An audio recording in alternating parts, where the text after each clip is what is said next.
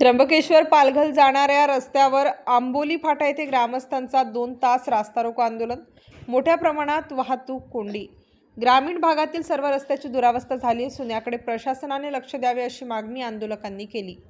त्र्यंबकेश्वर भागातील ग्रामस्थ आक्रमक होत रास्ता रोको करण्यात आला। लेखी आश्वासनानंतर 2 तासाने आंदोलन मागे घेण्यात आले। कार्यकारी अभियंता लोणे साहेब, प्रधानमंत्री ग्राम सडक योजना यांनी लेखी आश्वासन दिल्याने आंदोलन मागे घेण्यात आले। त्र्यंबक तालुक्यातील नांदगाव, कोहली, खरावड, वेलुंजे, हेदुली, वारसविहीर या गावाला जाणारा रस्ता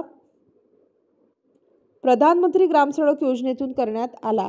मात्र पहिल्याच पावसात तो रस्ता वाहून गेल्याने या भागातील बस बंद झाल्याने विद्यार्थ्यांचे शैक्षणिक नुकसान होते।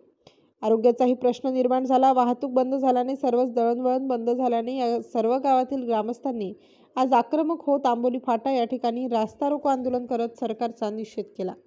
यावेळी गटविकास अधिकारी, तहसीलदार, बांधकाम विभागाचे अधिकारी यांनी येथे लेखी आश्वासन दिल्याने आंदोलन मागे घेण्यात आले। स्टार न्यूज नाशिकसाठी प्रतिनिधी गणेश लहामटे, इगतपुरी।